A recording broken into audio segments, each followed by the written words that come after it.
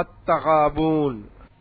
அளவற்ற அருளாளனும் நிகரற்ற அன்புடையவனுமாகிய அல்லாஹுவின் திருப்பெயரால் துவங்குகின்றேன். வானங்களில் உள்ளவையும் பூமியில் உள்ளவையும் அல்லாஹுவை தஸ்பீஹ் துதி செய்கின்றன. அவனுக்கே ஆட்சி உரியது. இன்னும் புகழ் அனைத்தும் அவனுக்குரியதே. அன்றியும் எல்லா பொருட்கள் மீதும் அவன் பேராற்றலை உடையவன். மானிடர்களே, அவனே உங்களை படைத்தவன். உங்களில் காபிரும் உண்டு, மோமினும் உண்டு. இன்னும் நீங்கள் செய்பவற்றை அல்லாஹ் நோக்கியவாறே இருக்கின்றான். வானங்களையும் பூமியையும் அவன் சத்தியத்துடன் தக்க முறையில் படைத்துள்ளான். அன்றியும் உங்களை உருவாக்கி உங்கள் உருவங்களையும் அழகாக்கினான். அவனிடம்தான் யாவருக்கும் மீளுதல் இருக்கிறது. வானங்களிலும் பூமியிலும் உள்ளவற்றை அவன் அறிகிறான். நீங்கள் இரகசியமாக்கி வைப்பதையும் பகிரங்கமாக்கி வைப்பதையும் அவன் அறிகிறான். மேலும் இருதயங்களில் உள்ளவற்றையெல்லாம் அல்லாஹ் அறிகிறான். இதற்கு முன் நிராகரித்துக் கொண்டிருந்தவர்களின் செய்தி உங்களுக்கு வரவில்லையா? பின்னர் அவர்கள் தங்கள் தீய காரியத்தின் பலனை அனுபவித்தனர். அன்றியும் அவர்களுக்கு மறுமையில் நோவினை செய்யும் வேதனையும் உண்டு. இதற்கு காரணம், நிச்சயமாக அவர்களுக்கு அவர்களுடைய தூதர்கள் தெளிவான அத்தாட்சிகளுடன் வந்து கொண்டுதான் இருந்தனர். ஆனால் அப்போது அவர்களோ, நம் போன்ற ஒரு மனிதரா நமக்கு நேர் வழிகாட்டுவார் என்று கூறி அவர்களை பின்பற்றுவதை நிராகரித்து பின்வாங்கிக் கொண்டார்கள். அல்லாஹ்வோ அவர்களில் இருந்து எந்த தேவையும் அற்றவன். அன்றியும் அல்லாஹ் எவரிடம் இருந்தும் தேவையற்றவன், புகழ் மிக்கவன். மரித்த பின்னர் அவர்கள் எழுப்பப்படவே மாட்டார்கள் என்று நிராகரிப்பவர்கள் எண்ணிக்கொண்டனர். அப்படி அல்ல. என்னுடைய ரப்பின் மீது சத்தியமாக நீங்கள் நிச்சயமாக எழுப்பப்படுவீர்கள். பிறகு நீங்கள் செய்து கொண்டிருந்தவை பற்றி நிச்சயமாக அறிவிக்கப்படுவீர்கள். மேலும் அது அல்லாஹுவுக்கு மிகவும் எளிதேயாகும் என்று நபியே நீர் கூறுவீராக.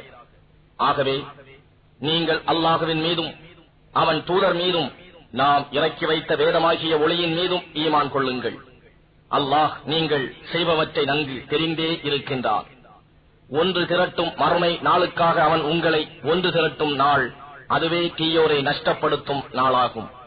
ஆனால் எவர் அல்லாஹுவின் மீது ஈமான் கொண்டு சாலிகான நற்கர்மங்களை செய்கிறாரோ அவருடைய பாவங்களை அவரை விட்டும் நீக்கி ஆறுகள் அவற்றின் கீழே ஓடிக்கொண்டிருக்கும் சொர்க்கச் சோலைகளிலும் அவன் அவரை பிரவேசிக்கச் செய்வான். அவற்றில் என்றென்றும் இருப்பார்கள். இது மகத்தான பாக்கியமாகும். அன்றியும் எவர்கள் நிராகரித்து நம்முடைய வசனங்களை பொய்யாக்குகிறார்களோ அவர்கள் நரகவாசிகளே. அதில் அவர்கள் என்றென்றும் தங்கியிருப்பார்கள். அது மிகவும் கெட்ட சேரும் இடமாகும். நிகழும் நிகழ்ச்சிகளெல்லாம் அல்லாஹுவின் அனுமதி கொண்டே அல்லாமல் வேறில்லை. மேலும் எவர் அல்லாஹுவின் மீது ஈமான் கொள்கிறாரோ அவருடைய இருதயத்தை அவன் நேர்வழியில் செலுத்துகிறான். அல்லாஹ் ஒவ்வொரு பொருளையும் நன்கு அறிந்தவன்.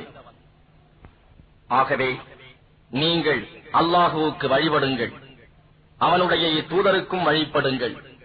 இதை நீங்கள் புறக்கணித்து பின்வாங்கினீர்களானால் உங்களுக்கே இழப்பாகும். நம் தூதர் மீதுள்ள கடமை தெளிவாக எடுத்துரைப்பதுதான்.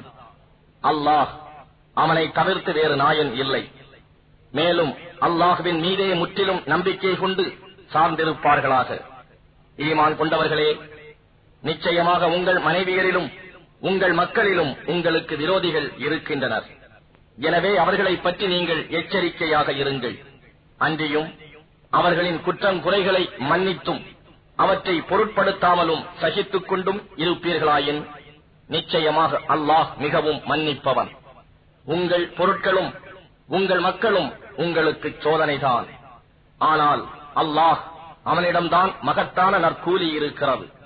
ஆகவே உங்களால் இயன்றவரை அல்லாஹுவுக்கு அஞ்சி நடந்து கொள்ளுங்கள். அவன் போதனைகளை செவிதாழ்த்தி கேளுங்கள். அவனுக்கு வழிபடுங்கள். அவன் பாதையில் செலவு செய்யுங்கள். இது உங்களுக்கே மேலான நன்மையாக இருக்கும். அன்றியும் எவர்கள் உலோகத்தனத்திலிருந்து காக்கப்படுகிறார்களோ அவர்கள்தாம் வெற்றி பெற்றவர்கள். நீங்கள் அல்லாஹுவுக்கு அழகிய கடனாக கடன் கொடுத்தால் அதை அவன் உங்களுக்காக இரட்டிப்பாக்குவான். அன்றியும் அவன் உங்களை மன்னிப்பான். அல்லாஹ்வோ நன்றியை ஏற்பவன், சகிப்பவன், மறைவானவற்றையும் பகிரங்கமானவற்றையும் அறிபவன், யாவரையும் மிகைத்தவன், ஞானம் மிக்கவன்.